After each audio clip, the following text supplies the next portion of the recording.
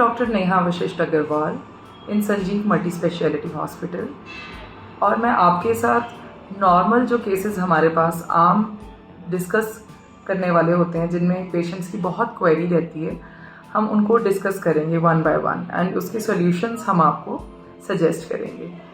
And now मेरे पास 3 days back एक patient आया जिसने कंप्लेंट की कि उसको 3-4 days से माइल्ड ब्लीडिंग थी, लेकिन अब ज़्यादा बढ़ गई है।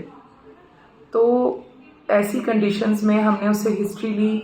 वो प्रेग्नेंट थी पेशेंट, 5 months प्रेगनेंसी थी उसकी, और ब्लीडिंग उसकी घरेलू नुस्खे वो करती रही, लेकिन उससे उसकी बंद नहीं हुई।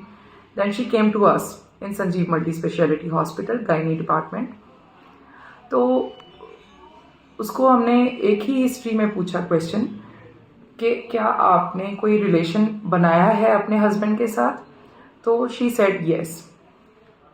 देन हमने उसको प्रॉपरली मैनेज किया, मेडिकली ही उसको इंजेक्शंस एंड मेडिसिन्स देके उसकी प्रॉपर केयर करी है, और now she is relieved and अब वो बिल्कुल उसकी ब्लीडिंग बंद हो गई है। बच्चे की धड़कन उसकी बिल्कुल ठीक है थैंकफुली, और उसकी सारा जो सिस्टम अंदर का प्लासेंटा है, कॉर्ड है, बेबी है, एवरीथिंग इज़ फाइन। हमने बिल्कुल स्टेबल करके पेशेंट को भेजा है।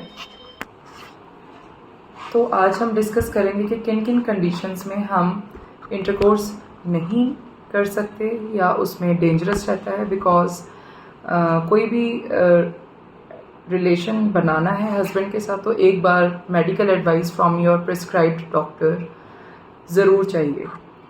तो first of all is twin pregnancy. अगर आपके पास ट्विन प्रेगनेंसी है, 2 बच्चे हैं आपकी वोम में, तो आप उसमें इंटरकोर्स अवॉइड कीजिए।